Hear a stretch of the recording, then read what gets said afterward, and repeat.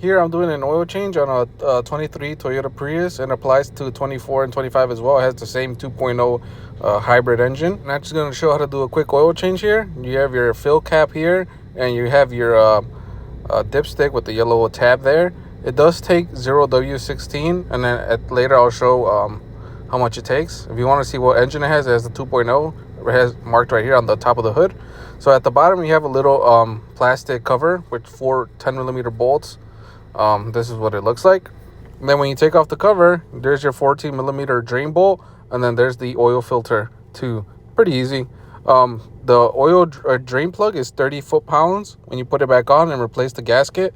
And then right here, if you want to read this, it says right here for the oil filter, there's actually a torque too, which is 13 foot-pounds, but that's if you're using one of those cups, one of those oil filter cups, and that's if you have the space. But if you don't, up here it says tighten it until the gasket contacts the seat, and then at the bottom here it says tighten the oil filter subassembly 3/4 of a turn by hand or using a common wrench. Now, as far as the oil capacity, right here there's different ones depending if it's a hybrid electric vehicle or partial hybrid electric vehicle.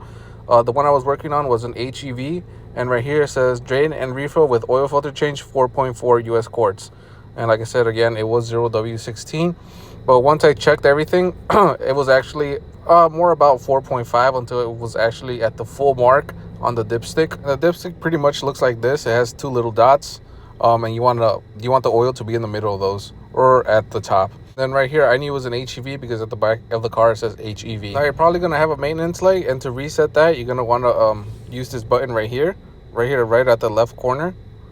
Or you're gonna press that until you down here where the little gear is, and then the little gear is gonna take you to this little other menu, and you're just gonna want to go all the way to the side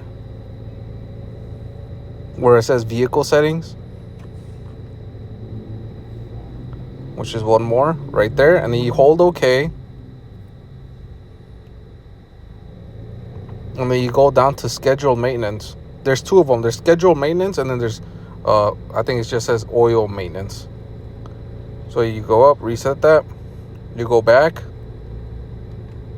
and then you go down, and then there's oil maintenance. So oil maintenance is obviously for oil change, and then scheduled maintenance can be for whatever other thing you want it to be.